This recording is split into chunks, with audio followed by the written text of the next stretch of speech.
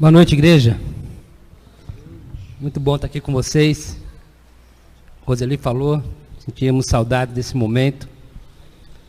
E com esse rodízio que estamos tendo, temos a oportunidade de, cada domingo, matar saudades de um grupo, né? Poder ver pessoas diferentes. E é bom ter vocês aqui juntos. Vamos continuar orando, nos cuidando, fazendo a nossa parte, para que logo possamos ter a igreja com todos os nossos irmãos. Amém? Seja bem-vindo também, você que está online, que o Senhor também possa falar com você essa noite. Eu quero convidá-los a abrirem a palavra de Deus em Mateus capítulo 22, capítulo 14, versículo 22. Mateus 14, verso 22. Nós vamos pensar sobre alguns desafios que temos em nossas vidas, que a igreja tem, sobre a vida dela, mas também sobre o cuidado de Jesus em cada momento da nossa história. A importância de estarmos com os olhos fixos em Jesus e saber que Ele cuida de nós. Mateus 14, 22 em diante. E logo ordenou Jesus que os seus discípulos entrassem no barco e fosse adiante para o outro lado, enquanto despedia a multidão. E despedida a multidão, subiu ao monte para orar à parte. E chegada a tarde, estava ali só. E o barco já estava no meio do mar, açoitado pelas ondas, porque o vento era contrário. Mas, à quarta vigília da noite, dirigiu-se Jesus para eles, andando por cima do mar. E os discípulos, vendo-o andando sobre o mar, assustaram-se, dizendo: é um fantasma, e gritaram com medo. Jesus, porém, lhes falou logo, dizendo: tende bom ânimo, sou eu, não temas. E respondendo-lhe Pedro, lhe disse: Senhor, se és tu, manda-me ir ter contigo por cima das águas. E ele disse, Jesus, vem. E Pedro, descendo do barco, andou sobre as águas para ir ter com Jesus. Mas sentindo o vento forte, teve medo. E começando a ir para o fundo, clamou, dizendo: Senhor, salva-me. E logo Jesus, estendendo a mão, segurou-o e disse-lhe: homem de pequena fé, por que duvidaste? E quando subiram para o barco, acalmou o vento. E aproximaram-se os que estavam no barco, e adoraram-no, dizendo: és tu verdadeiramente o Filho de Deus. E tendo passado para o outro lado, chegaram à terra de Genezaré. Quando nós olhamos um texto desse, dentro de um evangelho, no caso o evangelho de Mateus, uma das perguntas que nós fazemos é algo que nos salta a curiosidade, ou a busca também de um entendimento. Por que Mateus decidiu contar esse relato? Eu acho bastante interessante como João termina o seu evangelho, lá pelos finais do livro, do evangelho de João. Ele diz assim: Jesus fez muitos outros milagres. E ele usa uma hipérbole, um exagero, e ele diz o seguinte: se fôssemos escrever todos, nem todo o livro do mundo caberia. João estava tentando expressar que foram muitas outras coisas, muitos outros milagres. Houve muitos outros acontecimentos marcantes na vida dos discípulos, na vida dos apóstolos.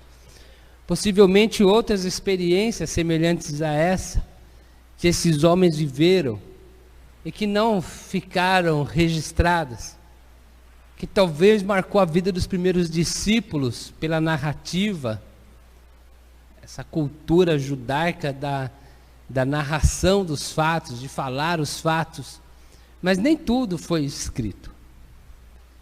E por que escreveu esse então? Nós precisamos aprender a ler a Bíblia como escrita por pessoas inteligentes. inspiradas pelo Espírito, claro, mas por pessoas que sabiam o que estavam fazendo.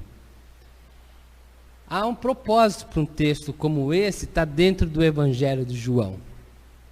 Havia um contexto em torno do momento histórico em que o texto foi escrito. E havia um objetivo. Mateus, ele tinha um objetivo ao escrever o texto dele. Ele tinha uma preocupação. O texto foi direcionado a um grupo de pessoas. E esse grupo de pessoas viviam as suas crises, os seus momentos, as suas dificuldades, as suas alegrias, os seus erros, os seus acertos, a sua santificação, os seus pecados. E os autores bíblicos escreviam os textos para ajudar essas comunidades recém-nascidas. Se Mateus escreveu por volta do ano 80, 90, era uma comunidade nova. Tudo era novo para aquelas pessoas. Era a primeira geração dos fiéis. Então Mateus, o autor, ele tinha um objetivo claro ao escrever esse texto. Uma das possibilidades, e que eu gosto muito de Mateus ter escrito esse texto, era para ajudar a igreja na crise que ela vivia. A igreja, a comunidade, pastoreada por Mateus, pelo apóstolo, e a qual ele escreve o texto para ser lido de primeira mão. Os primeiros destinatários do texto, as pessoas a qual o texto foi dirigida, primeiramente, ela estava vivendo um momento muito difícil, um momento histórico que estava abalando a fé daquela comunidade. Era uma comunidade também que estava perdendo um pouco a direção, o foco, a natureza de ser igreja, o propósito pela qual ela foi fundada, ela foi criada. Sabemos que no ano 70, depois de Cristo, claro, o imperador Tito, ele destruiu o templo em Jerusalém, que era uma referência para os judeus. E essa comunidade, embora já convertidos a Jesus, elas mantinham laços fortes por serem judeus, estarem em Jerusalém, laços fortes com o judaísmo. Acontece que depois dessas crises todas, essa igreja sofre forte perseguição. Nero já havia imprimido uma forte perseguição aos judeus. E agora a perseguição continua. E essa igreja, ela sofre uma perseguição não só do Império Romano, mas dos seus próprios irmãos judeus. E eles são expulsos, os cristãos são expulsos de Jerusalém. E há uma grande possibilidade dessa igreja estar no norte da Síria agora. Eles tiveram que deixar os seus lares, as suas casas, os seus comércios, as suas empresas, a sua história. Foram expulsos. Eles eram imigrantes agora no norte da Síria. E eles viviam esse momento de conflito na sua fé. Onde está Jesus, que não está cuidando da sua igreja? Onde está Jesus, que está permitindo com que tudo isso acontecesse conosco? Vendo nossos irmãos sendo jogados na arena, na luta com os leões, vendo nossos irmãos sendo sacrificados, vendo a igreja sendo perseguida, nós sendo expulsos da nossa terra, sendo separados de nossos familiares, e a igreja então vivendo este conflito. Havia outros conflitos que eles viviam, que não vai ser tema dessa mensagem, mas para pensarmos, para quem eles iam pregar agora, uma vez que os judeus tinham dificuldades de pregar para os gentios. E agora, eles só estavam, os únicos judeus que conviviam com eles eram os próprios convertidos. E se eles quisessem pregar o evangelho num anúncio evangelístico, tinha que ser para os sírios, para o povo gentílico. Então eram as crises que a igreja vivia no seu tempo. Em cada tempo a igreja vive suas crises. Em cada momento da história, a igreja tem os seus conflitos. Em cada período, a igreja tem as suas dúvidas. Nós estamos vivendo um momento de crise, um momento de dúvidas. E não é só por conta da pandemia. Tantos assuntos emergentes em torno da igreja. Uma das crises que nós vivemos é a relação com o poder político. Especialmente no Brasil, nós vivemos uma crise dos evangélicos do envolvimento com o poder político. Onde isso vai dar? Onde está o limite? Há limite? Tantos outros problemas, tantos outros temas estão fazendo parte do nosso debate diário. Do nosso debate diário na mesa das nossas casas, do nosso debate diário num cenário mais amplo do papel da igreja no mundo e na sociedade. E nós precisamos olhar para as Escrituras e encontrar respostas a tudo isso. E nós precisamos, sobretudo, olhar para Jesus. Porque Jesus sempre vai ser o nosso marco. Jesus sempre vai ser a nossa referência. Tudo que nós queremos saber sobre direção da igreja ou das nossas vidas, precisamos manter os olhos fixos em Jesus. Qual é a missão da igreja? Olhemos para a missão de Jesus. E com Jesus nós aprendemos a ser igreja. Com Jesus nós aprendemos a ser discípulos. Com Jesus nós aprendemos a ser cristãos. E Mateus, então, ele coloca um texto como esse para trazer um alento para o coração da igreja que vive a sua crise. Talvez uma crise de fé, uma crise que, embora Jesus nunca tenha abandonado a igreja, mas uma crise da ausência de Jesus na perspectiva da igreja. E nós, de repente, olharmos para a história da igreja hoje, olhar para a história da Ibacem, olhar para a história de outras igrejas, de repente já houve algum momento em que nós fizemos essa mesma pergunta sobre a igreja. Onde estava Jesus nesse momento da história da igreja? Onde estava Jesus nesse momento da minha história, da história da minha vida? Onde estava Jesus quando eu passei por aquela crise, por aquele momento específico na minha vida, na minha família? Todos nós somos sujeitos a essas crises. Todos nós somos sujeitos a essa história. Há momentos como esses em nossa história. Talvez fosse essa crise dos discípulos dentro do barco. Porque o texto é claro que há uma orientação de Jesus, há uma ordem de Jesus: atravessem o mar, enquanto eu me despeço da multidão. A multidão é a multidão que havia acabado de receber o milagre da multiplicação dos pães. E os discípulos já estavam cansados, sobrecarregados.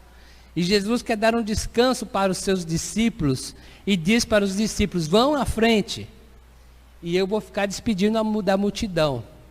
E o barco já estava já estava numa grande distância da margem. Não havia mais possibilidade humana de Jesus alcançar o barco. Não tinha como Jesus ir nadando até o barco, até porque havia uma grande tempestade estava acontecendo. E os discípulos estavam no barco, talvez com esta crise que a igreja estava passando quando Mateus escreve a carta. Talvez com a crise que eu e você já passamos em nossa vida. Talvez com a crise que você esteja passando, com essa pergunta no coração: onde está Jesus? Ou onde estava Jesus? Será que Jesus me abandonou? Será que Jesus não vai chegar? Será que o barco vai a pique? Será que o barco vai naufragar? Se o barco não vai naufragar, por que temos que passar por essa tempestade? Por que temos que passar por tudo isso? Esse episódio marcou profundamente a vida dos apóstolos. E os apóstolos aprendem que Jesus nunca os abandonou. Esse episódio marcou tanto, por exemplo, a vida de Mateus, que quando ele quer ensinar a igreja, a comunidade que ele pastoreava, que Jesus nunca abandona as pessoas, ele conta essa história, ele registra essa história. Talvez nós pudéssemos imaginar aqui Mateus contando pessoalmente essa história para a igreja. Teve um dia que nós estávamos no mar, e uma grande tempestade veio e nos tomou de assalto. E Jesus não estava com a gente no barco, porque ele ficou despedindo a multidão. E quando ele terminou de despedir a multidão, em vez de ele vir para o barco com a gente, ele foi orar. Ele foi orar sozinho. Ele nos abandonou. Jesus estava triste nesse dia, porque é o dia em que mataram João Batista. E quando mataram João Batista, Jesus procurou um lugar retirado para orar, mas a multidão chegou junto com ele.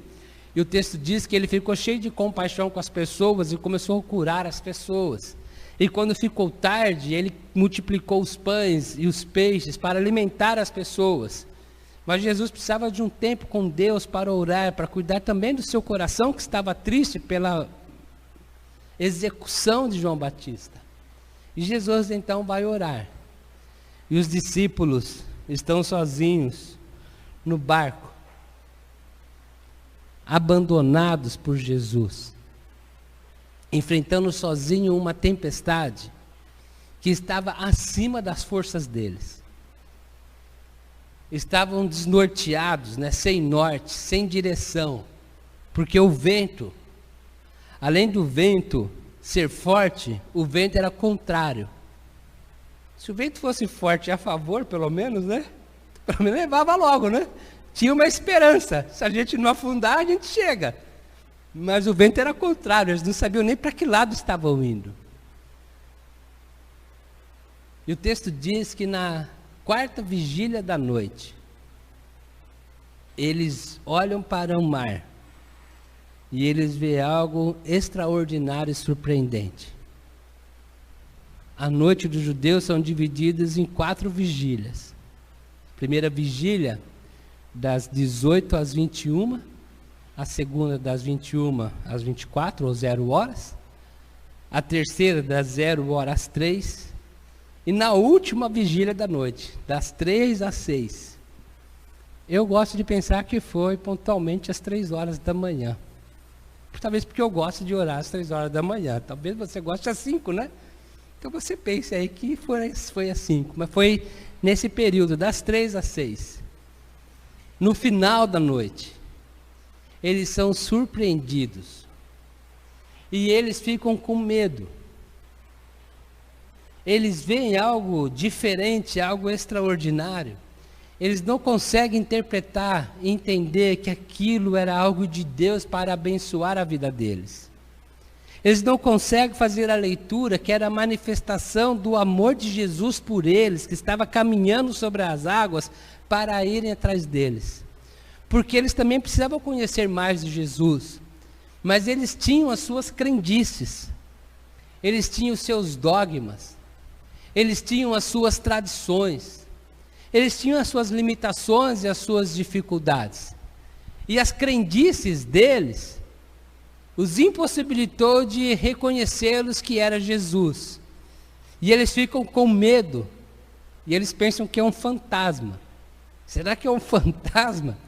O negócio já não está bom, O negócio já está ruim aqui para nós. Já está tempestade, vento contrário, o barco afundando.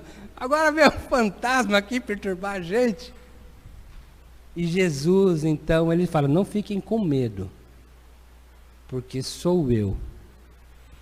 Essa expressão, sou eu, para os judeus, ela é extremamente poderosa. Essa expressão, eu sou, para os judeus, ela tem um significado profundo, porque foi assim que Deus se revelou para os judeus. Quando Moisés estava na sarça ardente, ele fala assim, como é o seu nome? Quem eu falo que veio falar comigo? Quem é esse Deus? E ele disse, diga para o povo que o eu sou é quem está aqui falando com você e quem está te enviando. O eu sou, ou sou eu, para os judeus, é aquele que tem poder sobre a natureza. O eu sou é aquele que se manifesta na sarça ardente e a sarça não se queima. O eu sou é o Deus libertador que salva. O eu sou é o Deus que abre o mar vermelho, que faz o maná cair do céu, que manda as cordonizes, que faz a água sair da rocha, que manda a nuvem para proteger do sol, isso, né? E a tocha para proteger, para iluminar a noite. O eu sou é o Deus todo-poderoso que deu a terra prometida. O eu sou é o Deus que cuida do povo. Quando Jesus se revela, Deus se revela em Jesus para aqueles homens, então eles começam a desfrutar da paz. Mas primeiro eles precisam se livrar das suas crendices.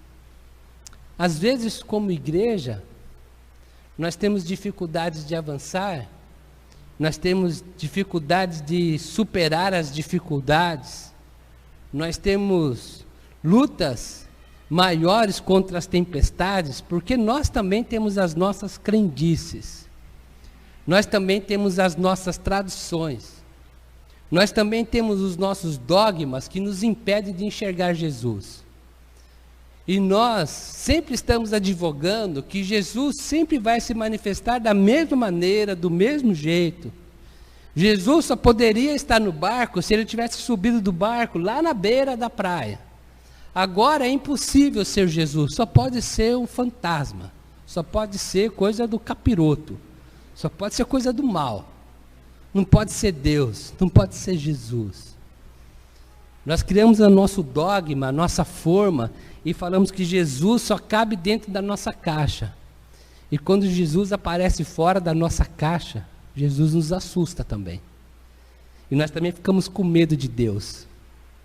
E nós precisamos ouvir a voz de Jesus dizendo: sou eu, não tenha medo.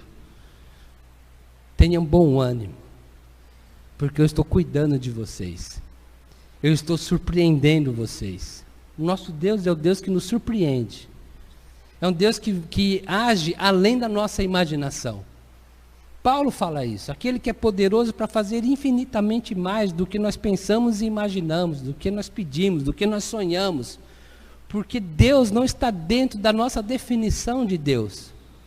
É importante que nós o definamos, ou tentemos compreendê-lo, mas qualquer compreensão nossa de Deus será a nossa visão de Deus, mas não exatamente quem Deus é. Porque nós limitamos Deus à nossa capacidade de compreendê-lo. Nós limitamos Deus aos nossos conhecimentos. Nós limitamos Deus na nossa experiência. E quando alguém tem uma experiência diferente, a gente fala assim: mas será que era Deus mesmo? Porque foge da minha limitação de compreender Deus. Jesus surpreende aqueles discípulos, e era isso que Mateus queria que a igreja entendesse. Jesus pode surpreender vocês. E não temos dúvidas que Jesus surpreendeu a igreja, tanto é que a igreja superou tudo aquilo, e estamos aqui 2000 anos depois. Porque Jesus se manifesta como Ele quer. Jesus chega quando quer, da maneira que quer, da forma que quer. Ele vem de onde Ele quer. Porque para Jesus não existe impossibilidades. Jesus é o Deus de todas as impossibilidades. O que é impossível para nós não é impossível para Deus.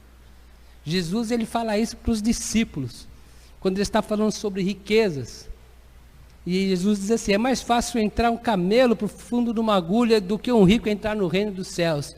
E aí os discípulos falam assim: então é impossível alguém ser salvo. E aí Jesus fala assim: o que é impossível para os homens não é impossível para Deus, porque não existe impossível para Deus. Deus salva a todos, rico, pobre, enfim, porque não há impossibilidades para Jesus. Às vezes nós estamos com medo de Deus, porque temos medo de ser surpreendidos. Os discípulos estavam com medo da derrota, com medo de ser naufragados. Mas quando Jesus aparece, eles ficam com medo de receber a vitória, porque Jesus aparece de um jeito que eles não imaginavam. E nós precisamos romper esse medo da vitória. Não é você não, viu, Vitória? Hoje a Vitória está aqui, né? Tinha que fazer menção a você, né? Nós precisamos romper o medo de sermos vencedores. Nós não precisamos ter medo de crescer. Usar uma linguagem mais corporativa, né? Nós não precisamos ter medo do sucesso, seja da igreja, seja na vida pessoal, desde que os nossos olhos estejam fixos em Jesus, desde que as nossas conquistas sejam recebidas e angariadas segundo a vontade de Deus. Não existe nada de errado de ser uma igreja vitoriosa, de ser uma igreja vencedora, de ser uma igreja que cresce, de sermos pessoas vitoriosas, vencedoras, pessoas que crescem.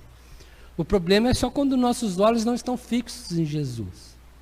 E Mateus aprendeu essa lição com Pedro, porque Pedro, ele é tomado de uma coragem, e para nós, de uma fé exponencial.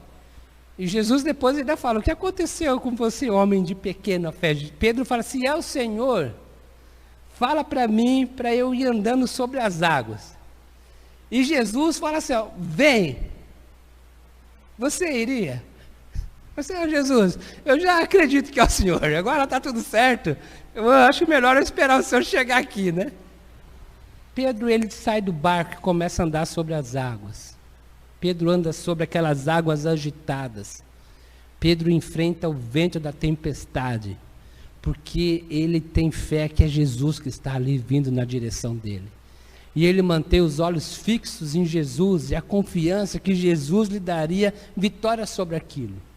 Ele naufraga somente quando ele desvia o olhar, quando ele começa a observar as ondas, quando ele começa a observar as circunstâncias, quando ele começa a dar atenção ao agito das coisas, e ele começa a afundar.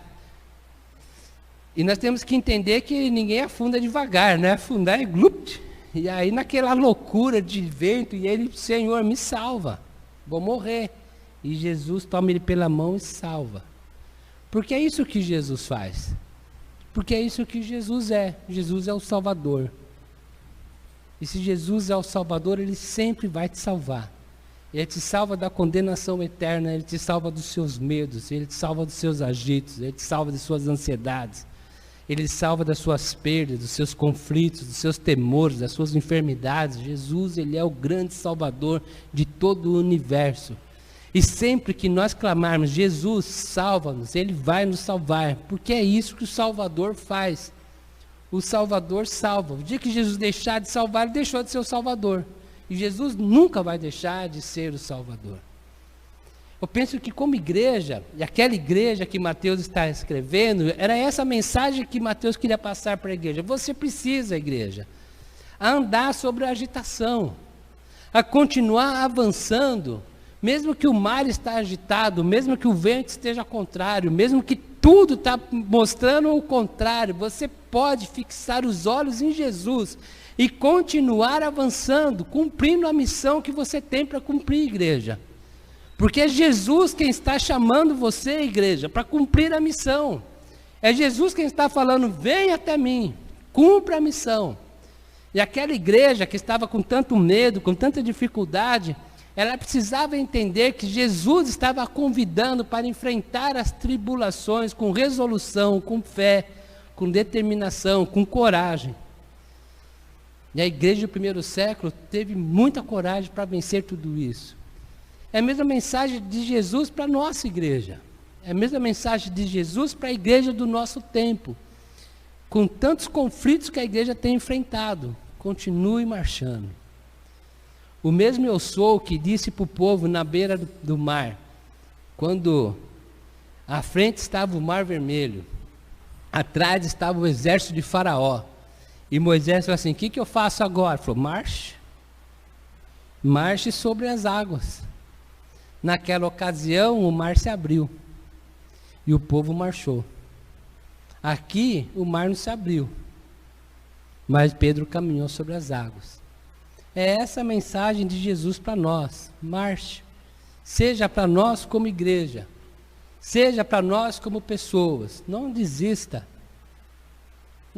dos seus sonhos, não desista da sua família, não desista dos seus projetos, não desista daquilo que Deus está colocando no seu coração, continue marchando, continue enfrentando as tempestades, continue andando sobre as águas. E se você vacilar, e começar a afundar, clame: Jesus, me salva, porque para mim não deu, estou afundando. E Jesus vai te salvar e vai te colocar em segurança dentro do barco. Barco e Pedro eram quase que sinônimos, né? Porque Pedro era um homem de barco. A vida de Pedro inteira se deu dentro de um barco. Ele era pescador. Então o barco fazia parte da história de Pedro. Quando ele entra de novo dentro do barco, tudo está diferente. Por dois motivos. Primeiro, porque Jesus estava ali.